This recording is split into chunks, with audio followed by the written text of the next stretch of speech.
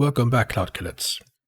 In this briefing, we're going to look through the other options of developing Azure Functions locally. You might not have Windows, a Windows machine, so then Visual Studio is out of the picture. And you might not like Visual Studio that much either. It is quite bulky. It's terrible, man. It's terrible. It needs to get better. Come on. All right, not gonna rant now. Skip it aside. So, say we're on another machine, Mac OS, Linux, or alternatively, you simply want to develop on different IDEs or environments than Visual Studio. So when we install Visual Studio, we get a lot of things with it, like we get the .NET runtime. Even just as you saw, setting up the Azure environment workload was much easier. But for Visual Studio Code or JetBrains Rider or other possible IDs I've never heard of, we need two things. The first thing is we need a .NET runtime.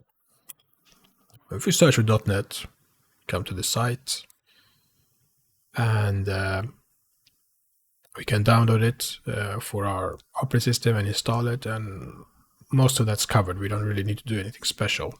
Once that's done, it should work on this terminal here. Let's clear this. Oh boy, what happened?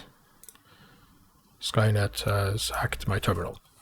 If I search now, if I type in .NET version, you get this version there. Because I have installed it. I've installed it both initially through Visual Studio, and then I install it separately because I have VS Code and I have JetBrains Rider.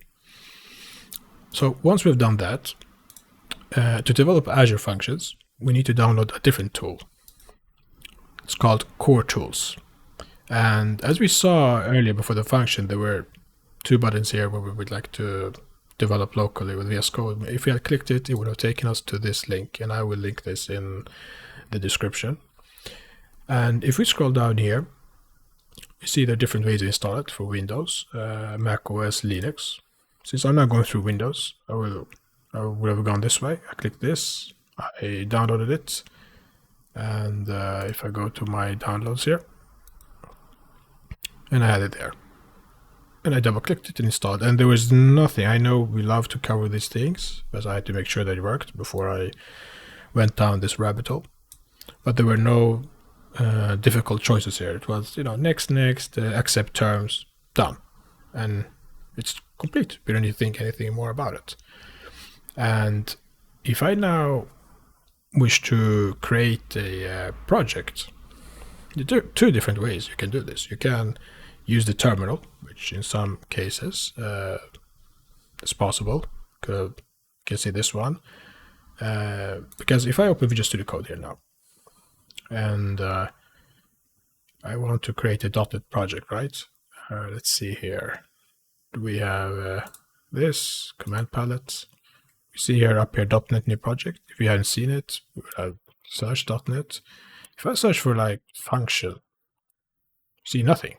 Azure, a bit limited. So we're kind of forced, let's see here. If we go back to the command palette, what do we see here? That can make our life easier. It's not very intuitive. Let's just say there, .NET new project. Discovering project templates. What do we have? Blazor, my different workloads I've installed. ASP.NET Core APIs, web app, console. We don't see any Azure functions, so we're kind of forced to go the terminal approach, right? And so I'm gonna actually use these commands to do this. I'm gonna show you how horrible life can sometimes be for VS Code users. Let's clear here. Keep it simple. We need to type oh, right, we don't want to do this in our home directory, so let's cd to the desktop, and I'll press tab here to autocomplete, because I'm lazy, which you should be as a developer. Enter, now in the desktop folder. We'll now write this weird code, func init, and we'll call it function app with VS Code. And we'll set the worker runtime, that's because we got different runtimes, to the .NET isolated. And you might have different .NET frameworks installed. So we'll do target framework. I think it's called, it specifies .NET 8. Let's see. And to make sure I do this right, let's see all the commands, Azure Functions, and it was correct.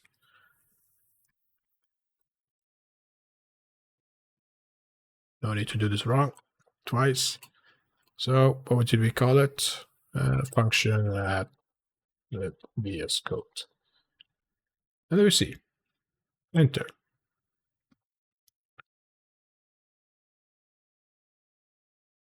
It's created. We press ls. We see the maps. Now I know what you're thinking. There we have some strange map names with this, and I show you there's nothing malevolent about that. I knew eventually I would be doing projects like this, and this helps me differentiate from, like these projects. So now we see the function app, and nope, we went too quick with VS Code. And now we're inside it. And now I can type code dot, and the dot represents this current working directory. So we'll open that project. Now you could have done this the longer way. Let's see here. Let's bring down the universe. Let's close that one. Here's our Visual Studio Code. Here's the new app. I could have right-clicked it after I've installed Visual Studio Code. And since this is Windows 11, they have changed a few things. I would show more options. And they would have seen open with code. And we would have arrived to the same place here. And here we can pick yes. There we go. And we see it's pretty much exactly the same, but here's a little difference. We didn't get a default function with it. We have this.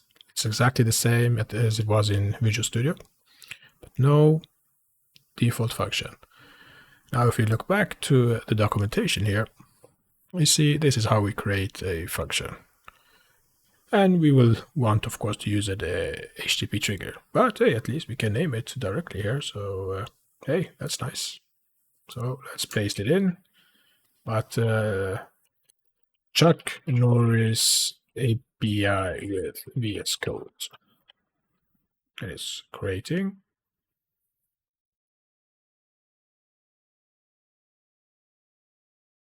And it's done. We'll go back to VS Code. And we see there's the new function. All right, I should have called it function, but we can rename it. There's no problem. And now we're back to this horrible namespace situation.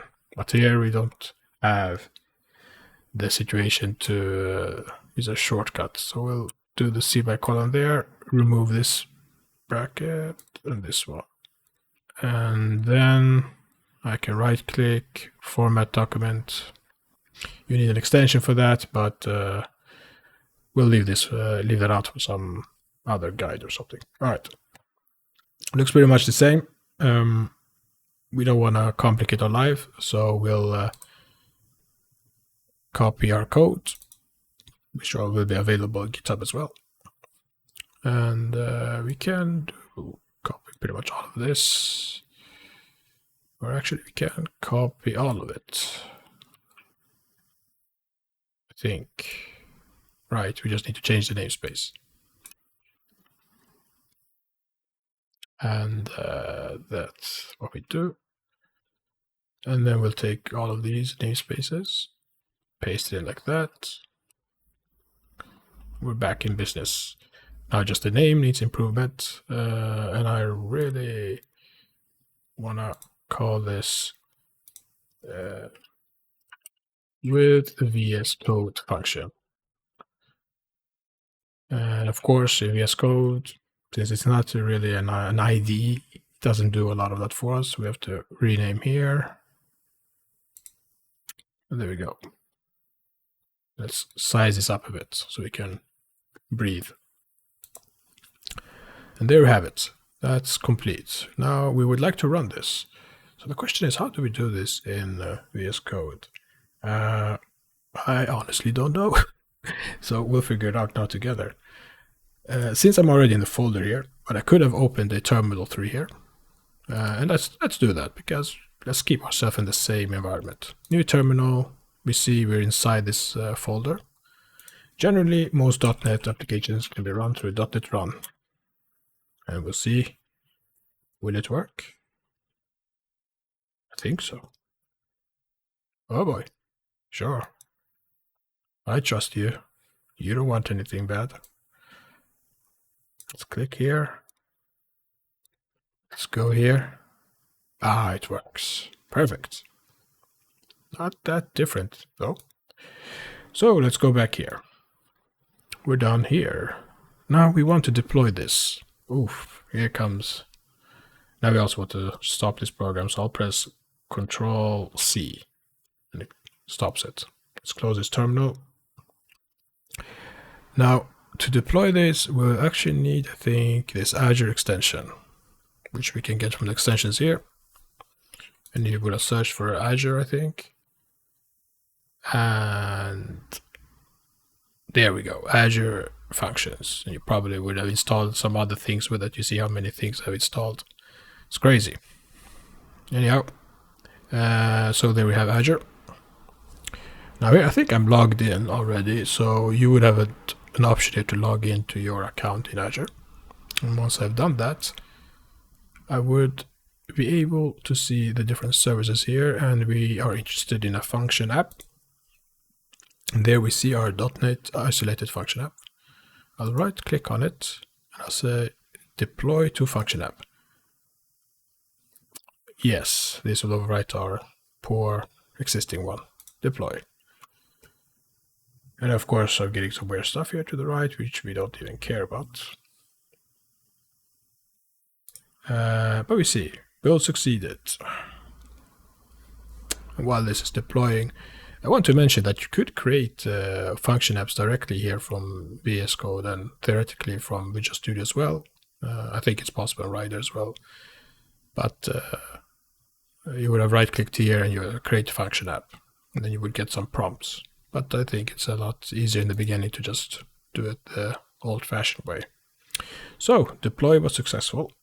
Let's go back to the browser. We don't need this right now, I think. So let's click here. Let's refresh. So you see we did a coup. The old one's gone. Now VS Code rules this app. Let's click here. Let's get the function URL. Let's paste it in. Voila, complete. Now this is everything for this one, Cloud Cadets. Next one will be with JetBrains Rider. Stay tuned for that. Until next uplink.